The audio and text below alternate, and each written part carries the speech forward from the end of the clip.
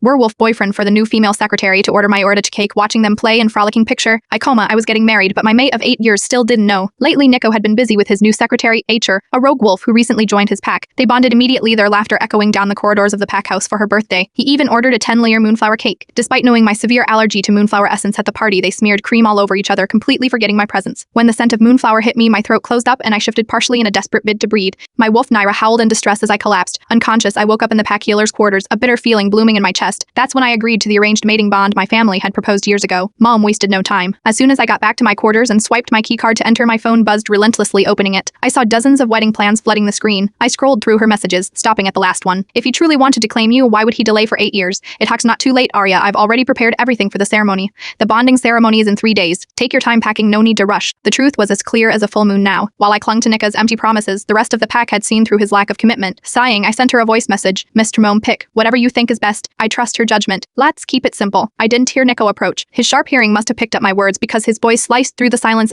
Wedding. What wedding? I stiffened and quickly hid my phone, but Nico reached for it before he could snatch it. His phone rang, the shrill sound cutting through the tension. A panicked female voice came through loud enough for my enhanced hearing to catch every word. Nicholas, someone's following me. Ever so scared. I tried circling back, but I can't shake them. Selena, stay in a well-lit area near the pack's patrol routes. I'm coming. Without another word, he shifted into his wolf form and bolted into the night. I kept my face calm even as Naira growled low in my mind. After he left, I dialed my Aunt Lyra to say goodbye. My parents had left the pack territory 10 years ago to lead another pack, leaving me in Lyra's care. Nico and I had grown close as young wolves, especially since he lived next door. When Lyra got mated and moved to her mate's pack, I chose to stay behind. What was supposed to be a temporary arrangement with Nico stretched into 8 years. When Aunt Lyra picked up, her voice was warm but surprised. Montour married to Nico, it was about time. 8 years is long enough for any wolf to claim his mate. I hesitated before correcting her. An arranged bonding? I don't even know who he is. The silence on the other end was deafening before she finally spoke. Stu, have you thought this through? Nico cares for you. Maybe he just needs a little nudge to make things official. I could talk to him. A bitter laugh escaped me. No need, Aunt Lyra. If Nico cared, he wouldn't have waited 8 years while toying with my heart. It wasn't a true bond, just a shadow of one. If I don't let go now, I will waste my entire youth waiting for a wolf who will never mark me. She sighed clearly, struggling to understand how we could live together for so long without solidifying our bond. Still, she didn't push further, promising to support me no matter what. Before bed, I set a countdown on my phone. 3 days to leave the past behind. The next day, I asked my mom to send some parting gifts to thank Aunt Lyra for caring for me all these years. That evening, as I waited for the delivery truck, I found Nico lingering outside the pack house. His golden eyes narrowed as he saw me directing the driver. Help us out, what's all this? Just some farewell gifts for Aunt Lyra, I said, keeping my tone neutral. Farewell. His voice dropped, the faint growl in his tone betraying his unease. I gave him a soft smile.